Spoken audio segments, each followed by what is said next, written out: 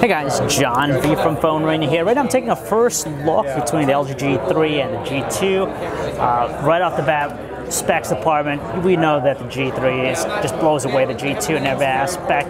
Processor, the screen, it just destroys it in pretty much every category. But if we take a look at the designs here, I'm just going to show you quickly just the subtle differences between the two. Now, they've gone for a more premium element with the G3, just because it has this metallic look to it, but it's overlaid by this plastic matte finish, whereas with the G2, it just had that, that glossy look to it with that interesting looking pattern when you tilt it at different angles. So it's a little bit more prone to smudges and fingerprints with the G2, but G3 comes off as cleaner. Overall size here, you can see that the G2 fits entirely into the G3 easily, just a little bit, a little bit larger, and that's considering the fact that the G2 has a 5.2-inch display versus the 5.5-inch one in the G3. So they really minimized the bezels. See if I could kind of show you here the difference between them.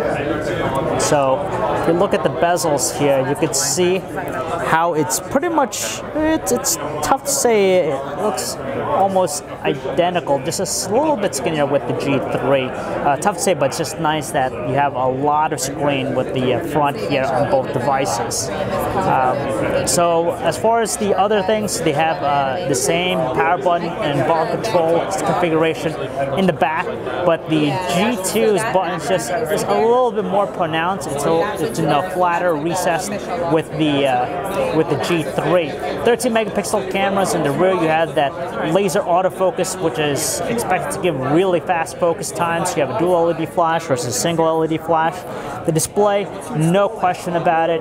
You just have the sharper and more detailed looking screen with the LG G3. So you have a 5.5-inch Quad HD display versus the 5.2-inch 1080p. Honestly, the only time I really notice it, it's even tough at this, just looking at it right here, but really close.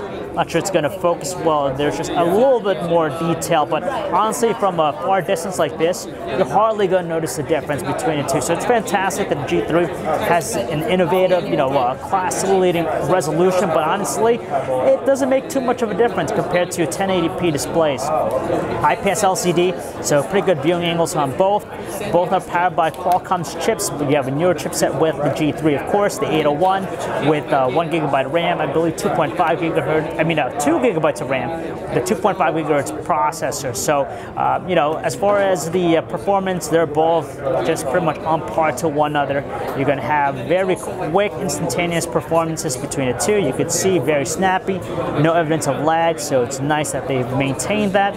But the biggest thing here is just the UI. They've updated the UI tremendously with the G3, so the LG's latest custom Android experience is just cleaner, crisper, more simple than ever before. So you're not inundated by all this tertiary or secondary features that we have with the G2 going on. So they've really improved the visuals with it, and I'm kind of liking what it has to offer. But overall, that's a quick first look between the LG G3 and the G2. So if you guys want to learn more about either device, you can check out our website, PhoneArena.com. It's John V. Thanks for watching.